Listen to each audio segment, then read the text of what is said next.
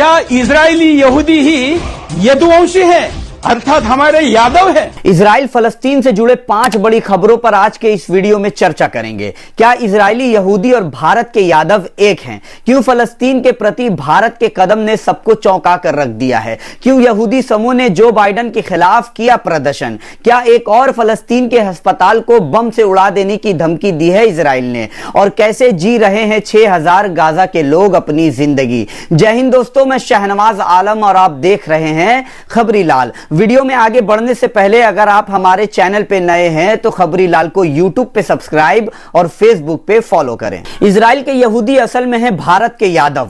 जी हां, ये मैं नहीं कह रहा हूं बल्कि सुदर्शन न्यूज के वरिष्ठ चाटुकार पत्रकार सुरेश चावंके ने कहा, और उनके इस वायरल वीडियो पर लोग खूब मजे भी ले रहे हैं। क्या आप भी मजा लेना चाहते हैं? तो आइए वीडियो देखते हैं।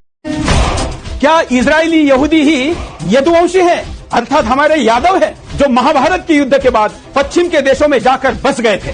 दोनों के नामों का अर्थ भी समान है और दोनों का विजय होने तक लड़ने का जुनून भी समान है। जैसा कि वीडियो में आपने देखा कि सुरेश चावंके ने कहा कि यहूदी ही यादव हैं। उनको इस वीडियो को जवाब देते हुए सुप्रिया श्रीनेट ने कहा कि एक मानसिक रूप से पागल आदमी जो अपने आप को पत्रकार कहता है और अब दावा कर रहा है कि यहूदी ही यादव है। यही नहीं, वो महाभारत और यादवों के डीएनए का विश्लेषण भी करेगा, ऐसा उसने दावा किया है। इस देश को मजाक बनाने में कोई कसर नहीं छोड़ेंगे। ये चरण चुंबक नफरती चिंटू हैं, ऐसा सुप्रिया श्रीनेट ने कहा। अगर आप भी कुछ कहना चाहते हैं तो कमेंट करके जरूर बताएं। हमास और इजराइल के युद्ध के बीच भारत ने रविवार को गाजा पट्टी में जंग की वजह से जूझ रहे फलस्तीनियों को मानवीय सहायता भेजी है। जी हां, भारत ने यह बहुत बड़ा कदम उठाया है और फलस्तीन के लोगों के लिए लगभग 6.5 टन मेडिकल से जुड़े सहायता और 32 टन बर्बादी से राहत मिलने वाले सामान यानी डिजास्टर रिलीफ मटेरियल, जिसको लेकर IAF CH-17 इजिप्ट के अल अरीश हवाई अड्डे के लिए रवाना हुई है।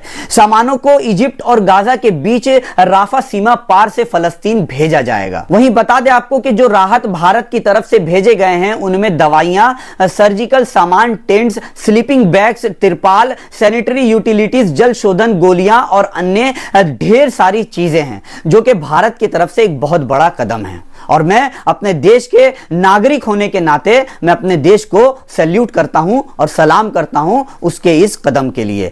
वहीं 500 यहूदी कार्यकर्ताओं ने कैपिटल हिल पर प्रदर्शन किया और एक हाउस ऑफिस बिल्डिंग के अंदर विरोध प्रदर्शन करते हुए मांग की कि जो बाइडेन प्रशासन युद्ध को बंद करने पर जोर दे, ना कि युद्ध को बढ़ाने में। रैली का आयोजन जूइश वॉइस फॉर पीस और इफ नॉट नाउ, 2 यहूदी एंटी ज्यूनिस्ट संगठनों द्वारा किया गया था, जिसमें लोग काले शर्ट पहने हुए थे जिस पर लिखा हुआ था कि हमारे नाम पर नहीं, और यहूदी अब युद्ध बंद करने को कहते हैं। ये 2 चीजें उनके शर्टों पर लिखी हुई थी। उनके हाथ में तख्तियां थी जिन पर लिखा गया था कि यहूदी कहते हैं कि फलस्तीन का नरसंहार बंद करो, और सिर्फ फलस्तीन ही नहीं बल्कि आगे से किसी पर भी ऐसी कार्रवाई नहीं होनी चाहिए। ये यहूदियों का प्रदर्शन था जो बाइडेन के खिलाफ। फलस्तीन रेड क्रिसेंट ने शुक्रवार को एक तत्काल अपील शुरू करते हुए कहा कि उसे कब्जा करने वाले अधिकारियों से अल कुद्स हॉस्पिटल पर बमबारी करने की धमकी मिली है। जी हां, फिर से एक अस्पताल पर बमबारी करने की धमकी मिली है। समूह ने कहा कि इजराइल की चेतावनी में अस्पताल को खाली करने की मांग की गई थी, जिससे 400 से अधिक मरीज और 12,000 विस्थापित लोग प्रभावित होंगे। वहीं पिछले 10 दिनों से अल कुद्स हॉस्पिटल के पास के इलाके में लगातार हवाई हमले हो रहे हैं, जिससे अस्पताल को खतरा हो सकता है और 400 और 12,000 लोग इससे प्रभावित भी हो सकते हैं। वहीं गाजा में ना बिजली है ना ईंधन, 1 किलोमीटर में रहते हैं 6000 लोग। ऐसी ही चल रही है वहां की जिंदगी। इजराइल और हमास के बीच चल रहे इस युद्ध के दौरान लाखों लोगों को परेशानियों का सामना करना पड़ रहा है।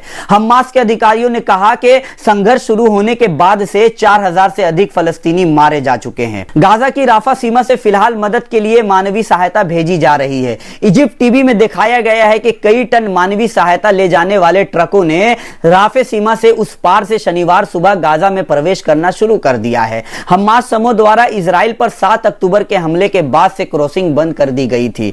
हमले के बाद इजराइल द्वारा बिजली काट दी जाने के बाद से गाजा पट्टी में दवा, ईंधन और भोजन में कमी हो गई थी, और इस तरह से गाजा के लोग अपनी जिंदगी पिछले कुछ हफ्तों से जी रहे हैं। रिपोर्ट को लेकर आप क्या सोचते हैं हमें कमेंट करके जरूर बताएं। जय हिंद, जय भारत।